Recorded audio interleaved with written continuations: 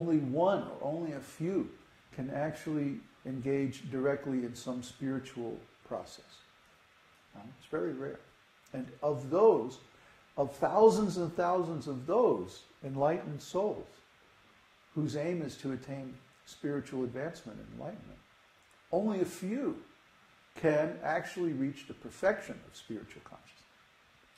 It's very, very rare. So what are the characteristics of a person that makes them eligible to attain this path? We'd like to give it to everybody. I mean, really, we would. We would like everybody to be as happy, everybody to be as free, everybody to be as satisfied as we are. But that's not possible because people have different desires. That's why there's all these different religions, all these different spiritual paths, teachings, methods, philosophies, and so on, all over the world, because people have different desires. In a way, that's their misfortune, because if they would simply desire God, simply desire to be happy, simply desire to be in love, then that would be easy. But because they have so many different desires, they become confused. They get led astray. They get entangled in illusion. What's the definition of illusion? Illusion is when God's energy is separated from God. Now, from one point of view, God's energy is never separated from God. But if we look at it the wrong way, we might think it is. Oh, I don't see God walking down the street, you know. He's not laying claim to this material world anywhere. Where is he? Can you see him? Can you show him to me? Where is he? Come on. So they're looking out through the senses. They'll never see God that way. They have to look within, then they might see. So when people say, well, can you show me God? They challenge us. Can you show me? Where is he? Come on. Well, are you qualified to see God? Do you know how to see God? That's our reply. And of course, most people don't. But Nectar of Devotion is giving the actual method of how to see God, how to come face to face with God. And what is that method? It's devotional service. So there are, before I get to that, in this material world, one is engaged in different activities to get material results. That's why we're here. I want this, I want that, I want to enjoy this, I want to do that, I want to go here, I want to go there, I want to do this and that. So many desires. So we're entangled in this net of desire. And because of that, we're suffering in different ways on account of the cause and effect relationship of karma. But when we finally get tired of this suffering and we say, no, actually, I want to find a way out of this, I can imagine that there's a state in which I would be happy all the time because I felt a little bit of happiness now and then. I know it's possible. So there must be a way out of this suffering so that I could be happy all the time. So then we start to search, we start to look, we start to go to the here and there and listen to different teachings and hear different philosophies and practice different things. So after many, many attempts to actually gain happiness, we may finally come to hear someone who is actually enlightened. And that's the beginning of our good fortune. So the qualification or the for the candidate for accepting devotional service, the real path to enlightenment, is they have to be through with this business of sense gratification. They have to be through with the chasing after the illusory enjoyment of this material world. And why is it illusory? Because it's not true. Like the Buddha says in Madhyamaka, the world is the way it is. But we're looking at it in a perverted way. We're looking at it in the wrong way. So we don't see it as it is.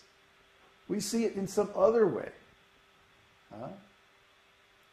If you don't believe what I'm talking about, just go down to the town hall and sit in the traffic court and listen to the witnesses from the prosecution and the defense talking about the same thing, the same event, the same exact experience. But because one is looking at it one way and one's looking at it the other way, their description sounds completely different. How is this possible? It's the same exact incident, the same exact experience.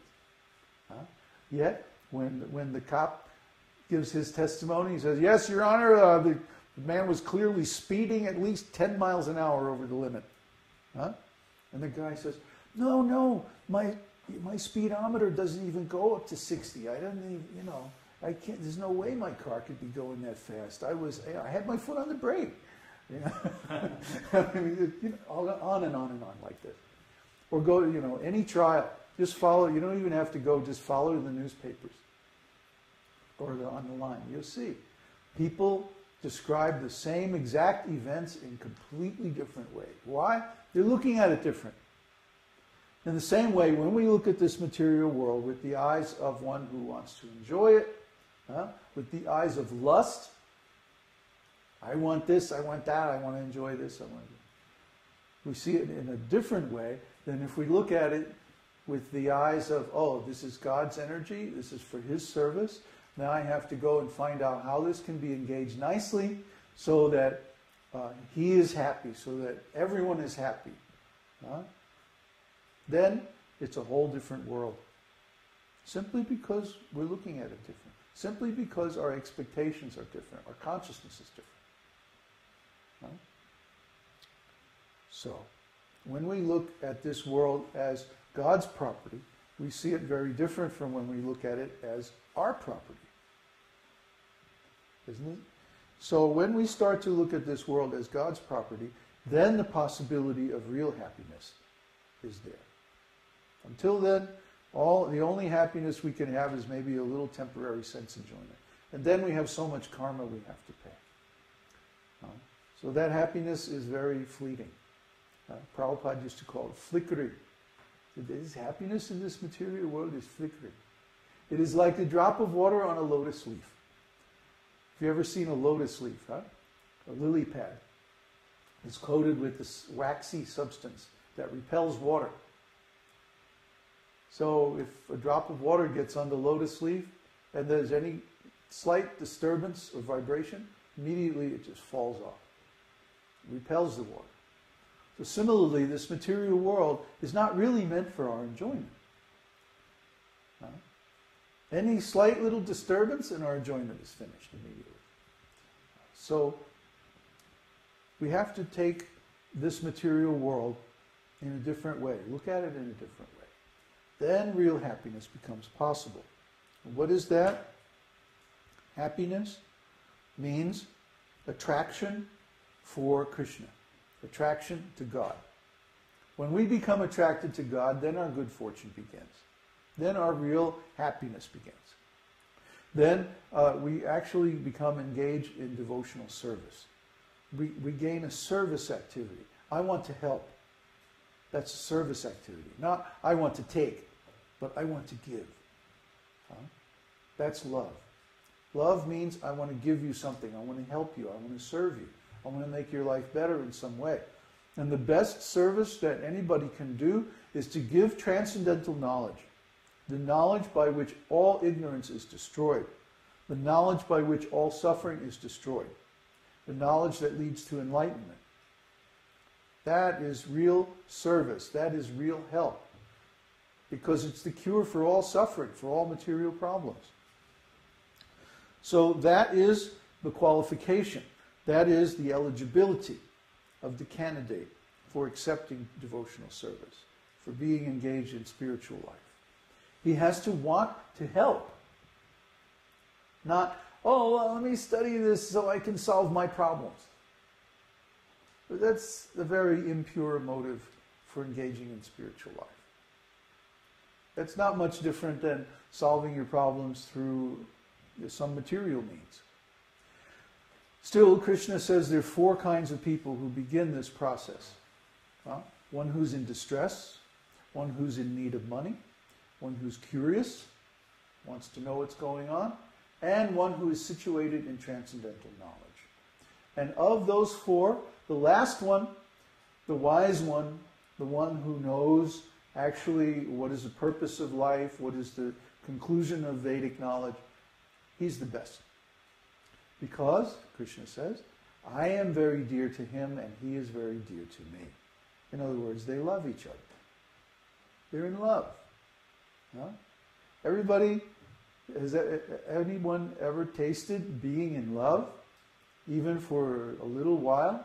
Then they always want to be in that state. Because being in love is like causeless pleasure, causeless happiness. You don't have to do anything.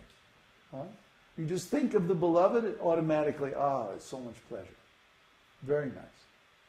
But in this material world, this love is temporary. Why?